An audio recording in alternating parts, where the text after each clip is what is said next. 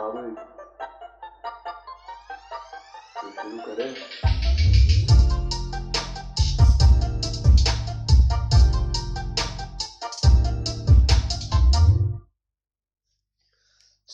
Hey guys, start करते हैं आज। ठीक है, तो आज इसी से स्टार्ट करते हैं। अच्छा, ये क्या है? हेटर्स।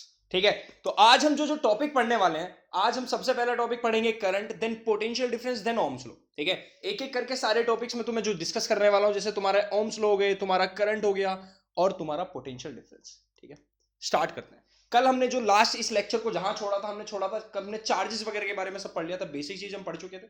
तो आज स्टार्ट करते हैं। करंट क्या है भाई, है ना? मैंने तुम्हें शायद लास्ट क्लास में बताया था, फ्लो, फ्री इलेक्ट्रॉन्स वगैरह कुछ ऐसा बताया था ना। एटम के बाहर इलेक्ट्रॉन वगैरह रहते हैं, फ्लो करते हैं, करंट माना जाता है ना। अब बात ये बहुत पुरानी है ना, बहुत पुरानी बात है। क्योंकि जो करंट वाली डेफिनेशन है ना, लाइक कि करंट कैसे फ्लो करता है, तुम्हें पता है ना। तुमने एक चीज सुनी होगी, तुम लोग कहीं भीड़ में गए, मेले में गए घूमने ना, तो एक जगह भीड़ लगी हुई बहुत ज्यादा ना, तो तुम क्या करोगे? मामा मामा बाहर उधर चलो, खाली जगह पे ना। यानी हमेशा जो पार्टिकल्स है वो हाई कंसंट्रेशन से लो कंसंट्रेशन की तरफ मूव करते हैं। ठीक है, तुमने एक डिफ्यूजन प्रोसेस भी सुना होगा। कोने में अगरबत्ती धूप बत्ती जला दी, इंसेंस स्टिक जिसे बोलते हैं ना, तो तुम जलाते कोने में, वो क्या होता है, पूरा धुआं पूरे रूम में फैल जाता है। यानी higher concentration to lower concentration तुम्हारा। ठीक है, इसे देखो, इस वाली चीज को ना, क्या हो रहा है, यहां पर पानी इसके अंदर आ रहा है, देखो ध्यान से देखो, है ना, यहाँ पानी इसके अंदर आ रहा है। अरे यार, कहां पहुंच गए? हाँ, ये पानी इसके अंदर आ रहा है।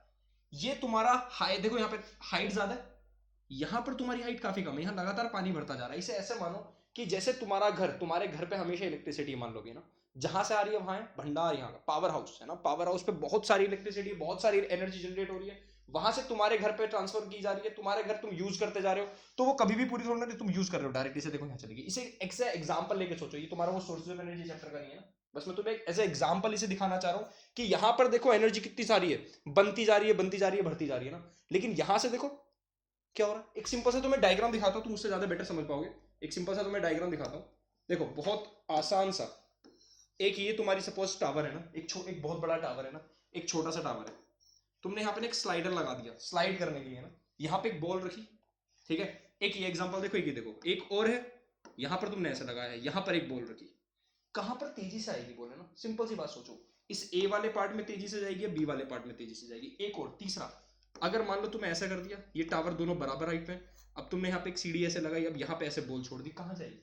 तीनों केसेस पता है तुम्हें ना, तीनों केसेस तुम्हें पता क्या होगा। पहले वाले में बॉल बहुत तेजी से आएगी, दूसरे में थोड़ा धीरे धीरे आएगी, और इसमें तो कहीं नहीं जाएगी ना।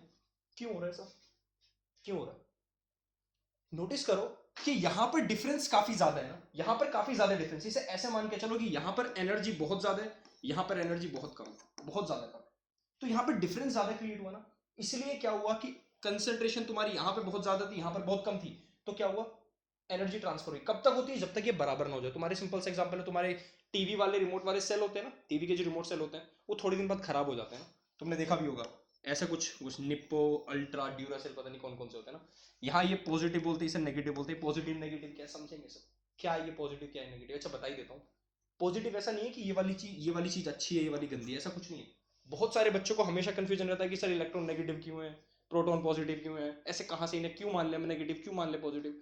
देखो ये एक जस्ट कन्वेंशन है ना। तुमने दो चीजों का बिहेवियर ऑब्जर्व किया, तुमने एक को पॉजिटिव बोला, एक को नेगेटिव।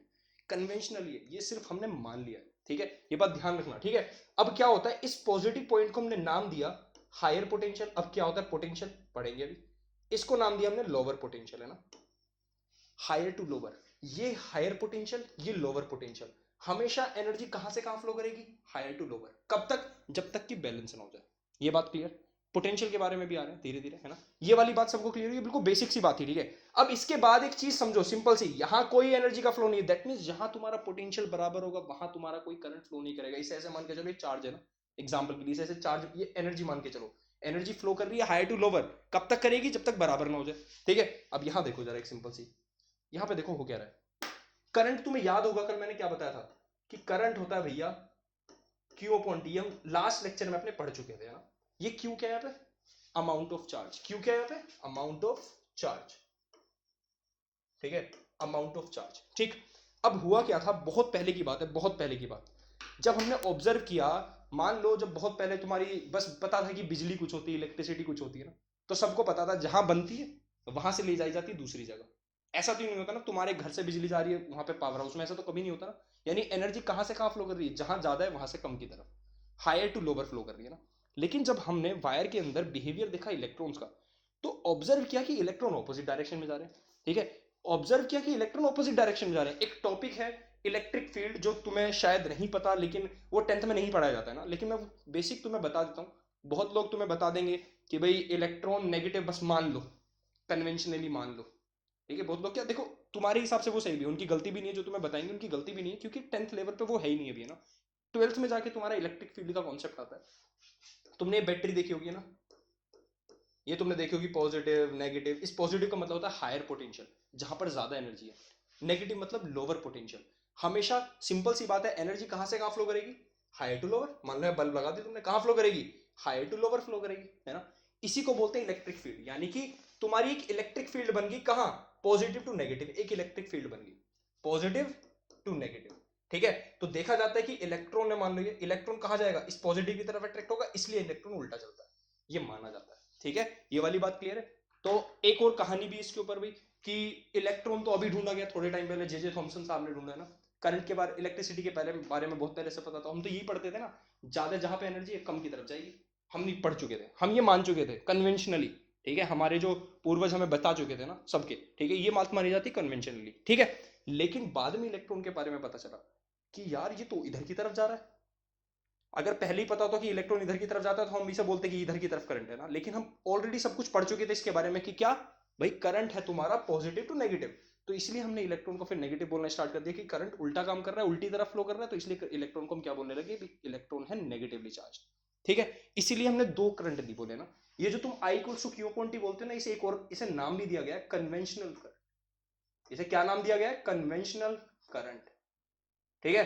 और अगर यहां पे Q की जगह तुम पुट कर दो इलेक्ट्रॉन, यानी I इक्वल्स टू Q की value minus E upon D, इसे बोलते हैं इलेक्ट्रॉनिक करंट, इसे बोलते हैं इलेक्ट्रॉनिक करंट, ठीक है। ये और तुम्हारा डीप में जो हो जाएगा, अभी तो क्योंकि हम बोर्ड्स के लिए पढ़ रहे हैं, ठीक है, अभी हम बोर्ड्स के लिए पढ़ रहे हैं, फिर हम ओलंपियाड्स के लिए लेके आएंगे, तब सारी चीजें डिस्कस करेंगे, ठीक है। तो चलो आगे देखो, है ना। अब बात करते हैं, जब करंट चला तो भाई लेके कौन चला। वैसे मैं तुम्हें बता चुका हूं, पता है ये चीज मैं तुम्हें बता चुका हूं। अभी मैंने तुम्हें क्या बताया, पोटेंशियल के बारे में कुछ बताया था, बड़ा ब्रिज छोटा ब्रिज, स्लाइडर लगाओ बॉल तेजी से आएगी, वही है। क्या है देखो, सुनो ध्यान से सुनना, इसकी डेफिनेशन के साथ समझते हैं होता क्या है।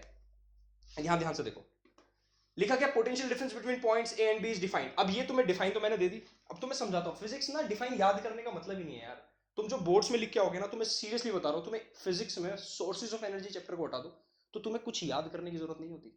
मैग्नेटिक में भी थोड़ा बहुत जरूरत पड़ती है, तुम पूरे इलेक्ट्रिसिटी चैप्टर को सिर्फ समझ के लिख के आ सकते हो, ठीक है। चलो समझते हैं। एक चार्ज यहां से चला, यहां पहुंचा, एक चार्ज यहां से चला, यहां पहुंचा, यहां उसके अंदर कुछ ताकत थी, है ना, कुछ एनर्जी थी, यहां तक पहुंचने में कुछ खर्च कर चुका है। यहां जो पोटेंशियल था उसके पास, यहां पोटेंशियल अब कम हुआ, यानी दोनों जगह में पोटेंशियल डिफरेंस हुआ। गया कहां, उसने कुछ काम किया। यानी कि बेसिकली हम क्या बोल रहे हैं, कि work done by charge, work done by charge, ठीक है, when it displaces from one point two another is called it potential difference. Delta we से डिनोट करते हैं, डेल्टा का मतलब होता है चेंज, है ना। या फिर तुम यहां लिखा होगा देखो, V A B, V B minus V A, ठीक है। ये अभी ये वाली ये रहने देना, सिंपल सी ये पढ़ लेना, ठीक है। इतनी बात क्लियर। यानी कि तुम्हें यहां से एक फॉर्मूला डेल्टा वी को ना, बाद में जाके आगे जाके हम डेल्टा वी को शॉर्टकट में वी लिख देते हैं हर जगह ना, लेकिन समझ जाना कि वो डेल्टा वी है, पोटेंशियल डिफरेंस है, ठीक है। तो यहां से हमें फॉर्मूला मिलता है V equals to W upon Q. यानी पोटेंशियल डिफरेंस बेसिकली क्या है, कि एक चार्ज काम जो कर रहा है चलते हुए ना, तो पोटेंशियल लूज कर रहा है, तो वो पोटेंशियल डिफरेंस कहलाता है, ठीक है। यानी कि हाँ देखो, ये टावर है कि छोटा टावर, इस पॉइंट और इस पॉइंट के बीच में कुछ पोटेंशियल डिफरेंस है। इन्हें मैं मान लो पोटेंशियल की, वो इन्हें पोटेंशियल की बिल्डिंग मान लो, कि ये इसके पास इतना पोटेंशियल है, इसके पास इतना पोटेंशियल है। इस पॉइंट पर इस पॉइंट पे देखो, इनके बीच में बहुत बड़ा डिफरेंस है ना। जब डिफरेंस होगा तो सिंपल सी बात है, energy higher to lower flow करने स्टार्ट कर देगी, तो करंट हमेशा कहां से कहां फ्लो करेगा, higher potential to lower potential. ये बिल्कुल बेसिक सी बात है, क्लियर। इतनी बात, आगे चलते हैं। तो जब हमने पोटेंशियल पढ़ लिया, हमें ये पता चला कि करंट को लेके, करंट को पुश मतलब एक तरह से चार्जेस को धक्का कौन दे रहा है ना। कौन बोल रहा है कि चलो भागो, ठीक है।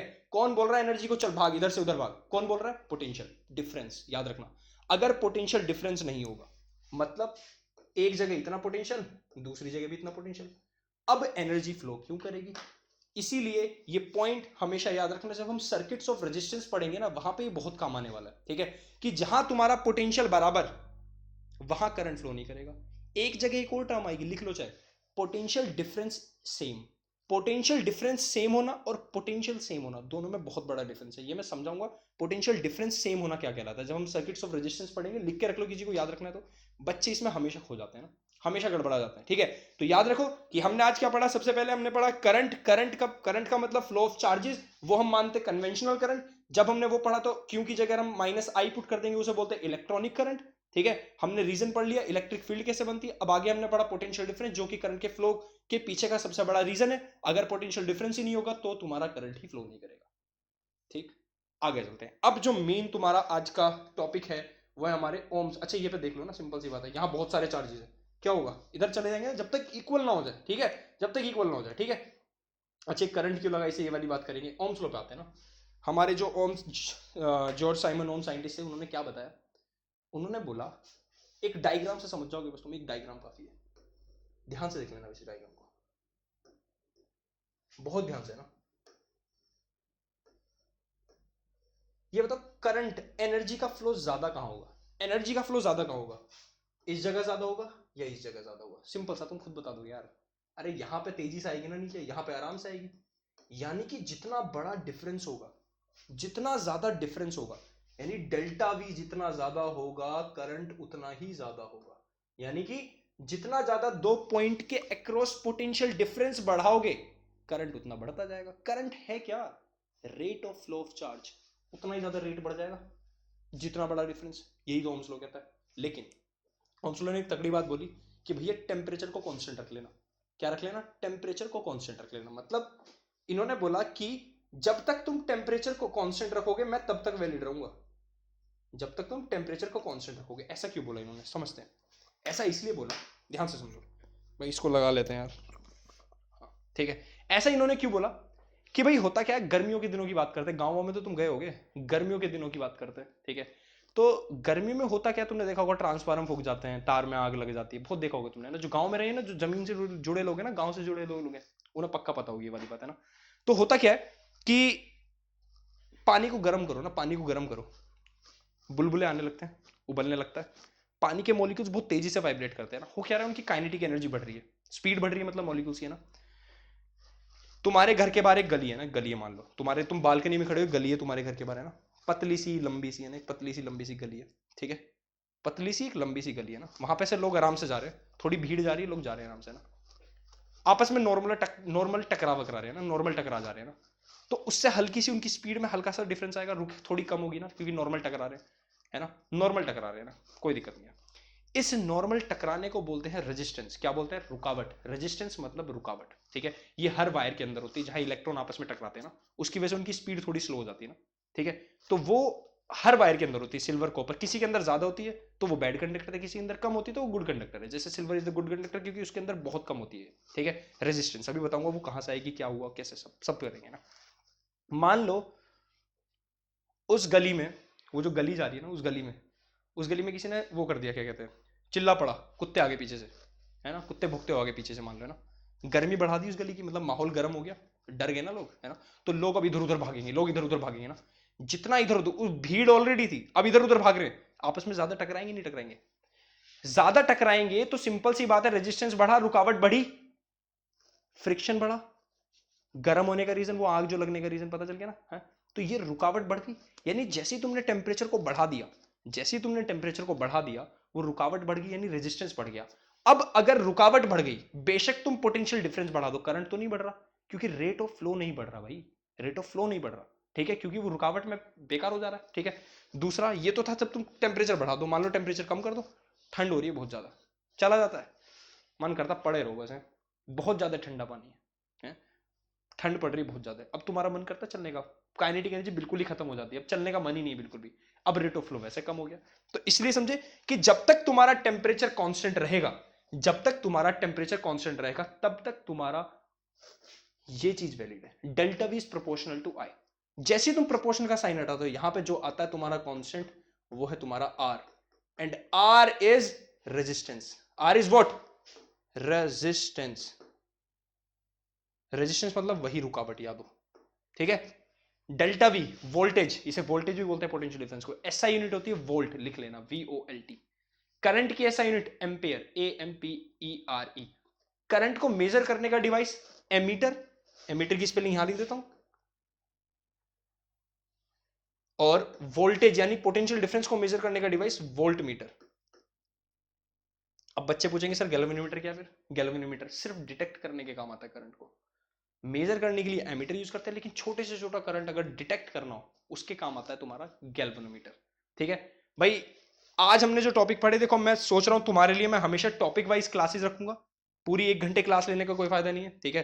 तुम डेली के 3 टॉपिक, जैसे आज हमने ओम्स लॉ पढ़ा, करंट पढ़ा और पोटेंशियल डिफरेंस पढ़ा, 3 टॉपिक डेली के अपने फिक्स रखो कि 3 टॉपिक डेली रिवाइज करने, ठीक है। और एक वीडियो जो मुझे बहुत बच्चों ने बोला था कि सर एक वीडियो जल्दी कर लीजिए आप, तो कौन सी? कि भाई how to get into MIT, है ना। बहुत सारे बच्चों ने मुझे बोला था कि सर अगर MIT में एडमिशन लेना हो तो हमें क्या करना चाहिए? मेरठ इंस्टीट्यूट ऑफ, नहीं, मैसेच्यूसेट्स इंस्टीट्यूट ऑफ टेक्नोलॉजी, ठीक है। तो उसके लिए वो वीडियो आ रही है, भी जल्दी है ना, जल्दी आ रही है, 3 दिन के अंदर हम ले आएंगे, ठीक। तो चलते हैं, तुमने पिछली बार तो गाना गाया नहीं, चलो ऐसे ही जाना पड़ेगा इस बार, चलो बाय बाय।